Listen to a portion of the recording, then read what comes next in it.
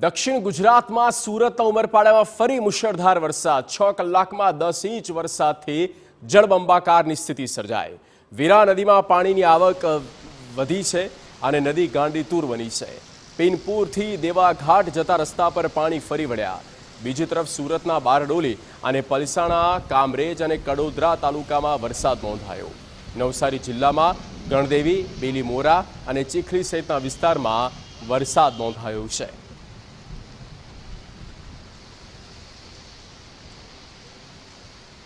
સુરતના ચેરાપુંજી તરીકે જેની ગણના થાય છે તેવા ઉમરપાડામાં ફરી આભ ફાટ્યું છે।